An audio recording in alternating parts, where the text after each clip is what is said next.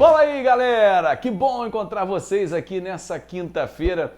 E a partir dessa quinta-feira, às quintas-feiras, eu vou sempre trazer algo TBT para o nosso encontro aqui do canal do Fábio Azevedo. Antes, lembrando a você de largar o like, claro que é super importante, comentar no canal e compartilhar para geral.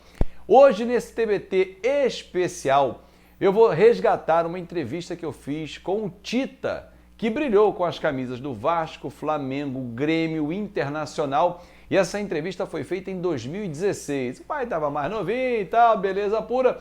Mas você vai acompanhar trechos super importantes, como, por exemplo, o Flamengo de 81 é comparado ao Santos do Pelé? Xiii!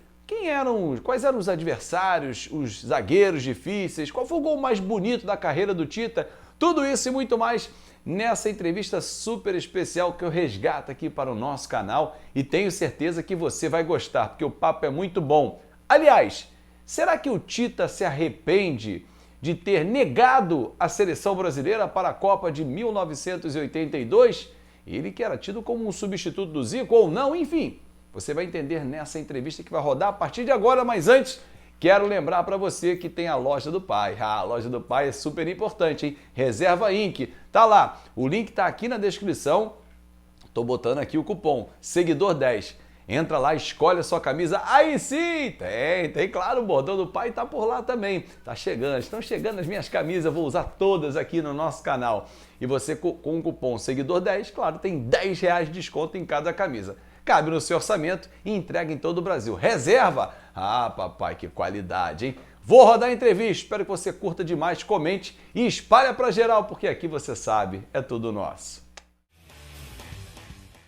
Eu cheguei no Flamengo em 1969, eu cheguei. Né? Minha mãe, junto comigo e meu irmão, nós fomos no centro da cidade, tinha uma loja que se chamava Jacinto Esporte, que vendia material esportivo, muito famosa na época, né?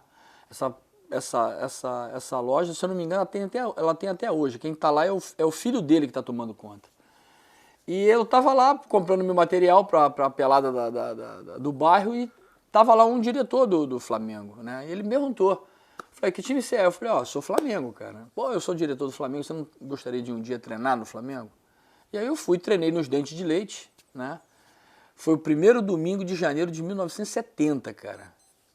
E aí fui aprovado, fiquei, joguei 3 anos no Dente de Leite, não tinha todas as categorias nessa época. Sim. Ainda, né? Mas foi uma época difícil, porque num time grande desse, no Flamengo, no Vasco, no Fluminense, no Botafogo, chega a 30 garotos novos todos os dias. Todo. Né? O tempo todo. Então você tem que competir com muitos garotos. Né? Foi uma experiência muito grande, difícil. Porque às vezes as pessoas acham assim, o jogador da base, ele já tem que ser craque na base. Ele não tem que ser craque na base. É a formação, né? Ou seja, essa formação, ele não precisa ser craque. O craque, ele vai ser quando ele estiver no profissional. Eu já vi vários jogadores na base que tu olha assim, esse garoto aí é o Pelé. Mas ele não passa do infantil, do juvenil. Por quê? Porque é muita cobrança, a cabeça do garoto muda, né? Não é um garoto focado, não é um garoto obediente, não é um garoto disciplinado. Então a base... Há uma pressão familiar? Não, pressão geral. A família, quando o garoto é inscrito no Flamengo, no Vasco, no Fluminense, vai, agora eu fiz minha independência. Os familiares pensam assim. Entendeu? É verdade. Agora nós vamos ter pro resto da nossa vida. E não é assim. Né? E não é assim. Então a base é um caminho muito duro. Muito duro. Eu não fui craque na base.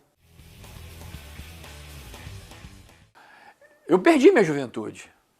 Você deixou de fazer muita coisa, é verdade. Eu perdi minha juventude. Sabe por quê? Porque eu ia pro Flamengo de manhã, eu treinava à tarde e estudava de noite. Eu não fazia mais nada, eu só fazia isso. Por quê? Porque eu era muito franzino, né?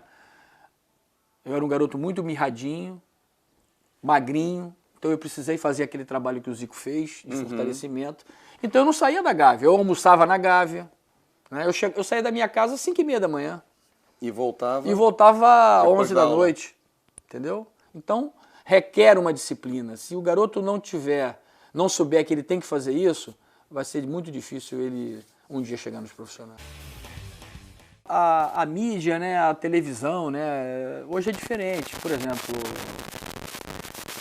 eu fui no Chile fazer um trabalho social e encontrei, quando eu vi lá eu falei, vem cá, esse aqui é o Mário Soto, que jogava no Cobreloa? Ele falou, ele trabalha aqui com a gente. Pô, cara, tem 33 anos que eu não vejo ele, pô. Não, nós vamos juntar vocês dois. Aí nós juntamos, né? Ele saiu de um lugar, eu saí do outro, nós nos encontramos, depois de 33 anos. E eu perguntei ao Mário Soto, eu quero que você me diga o seguinte, cara, como é que você conseguia bater em todo mundo? Porque ele deu tanta cotovelada na gente, abriu o supercílio. No jogo com o Flamengo. No jogo com o Flamengo. Não é essa foto do Grêmio, não. Não É da foto do Grêmio. A do Grêmio foi com o Peñarol, que depois eu vou entrar. Aí ele falou, Tita, naquela época era diferente. A televisão só tinha uma câmera, só focalizava a bola. Então saiu da bola, tu podia fazer o que quisesse. Ele falou, Tita, eu dividia na bola e em cima eu dava um soco na cara do cara. Ninguém via. Hoje em dia, tu dá um soco lá atrás, a câmera de número 25 te grava. E aí leva pro tribunal e te suspende. Então hoje, isso hoje melhorou muito. Então uma Copa Libertadores não tem aquelas confusões que tinham há 20, 30 anos atrás, né? Claro, com essa tecnologia, com essa forma de gravar um jogo de futebol, por exemplo, na final de Alemanha e Argentina da Copa do Mundo, tinham 28 câmeras dentro do Maracanã. Então é completamente diferente dessa uma câmera que o Mário Soto pegava os caras, entendeu? O Peñarol tinha um zagueiro chamado Gutierrez, que jogava na seleção do Uruguai, inclusive, era rival também nas seleções, quando a gente jogava a Copa América e tudo, que numa subida num escanteio, ele me dá uma cotovelada e me abre o supercílio, né? E naquela época não tinha, é a mesma coisa, né? Hoje, saiu sangue, tu tem que sair para fora do campo, costurar, senão não volta. Naquela época eu joguei assim. O De Leon também jogou assim? Né? Jogou assim também. Nessa final contra o Peñarol também jogou assim. Também jogou assim. Você vê como é que mudou o futebol. Eu, pelo menos, gostava de...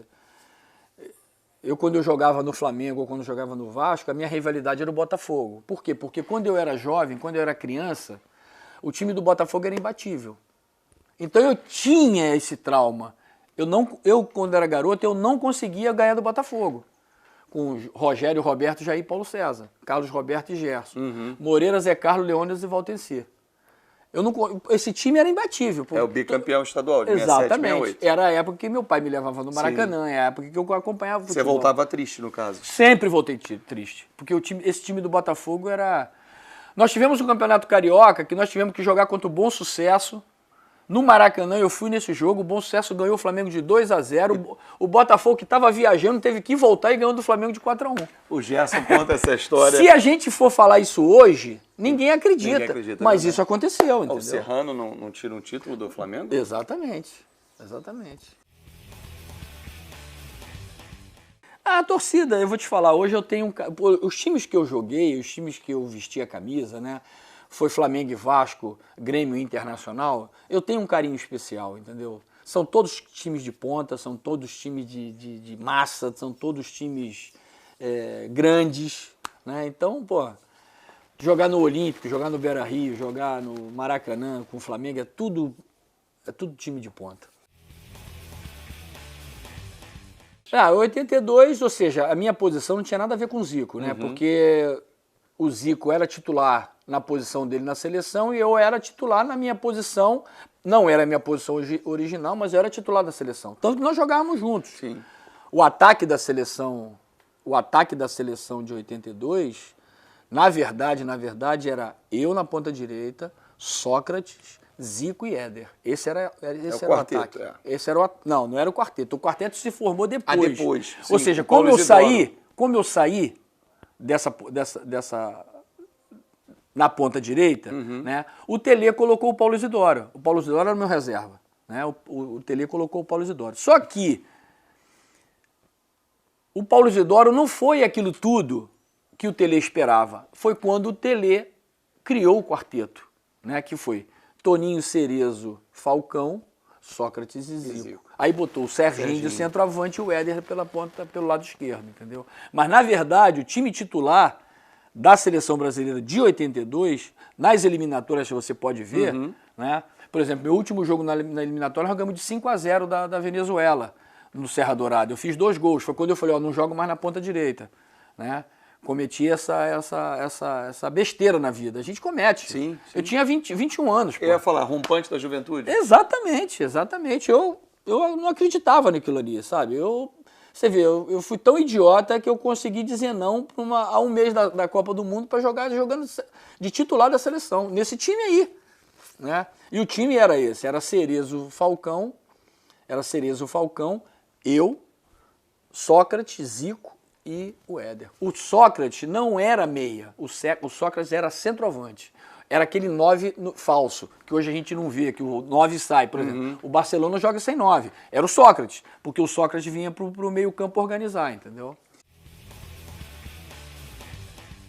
Né? Apesar de ter jogado, do que eu vi, eu acompanhei, por exemplo, um pouquinho do Santos do Pelé, eu acompanhei a máquina tricolor, eu acompanhei o time do Inter, que foi campeão brasileiro. 79? Não, o de... 75. 75. Carpegiani, Caçapava, Falcão, Flávio, Lula. Né? Eu acompanhei esses times. Também acompanhei mais recentes, o São Paulo do Raí e do Miller. Né? Mas eu acho que o Flamengo está a nível assim, um pouquinho mais abaixo do Santos do Pelé só. Não, o gol mais marcante da minha vida foi na seleção, né, cara? Foi Brasil e Argentina em 1979. Eu não ia jogar e eu não ia começar esse jogo, né?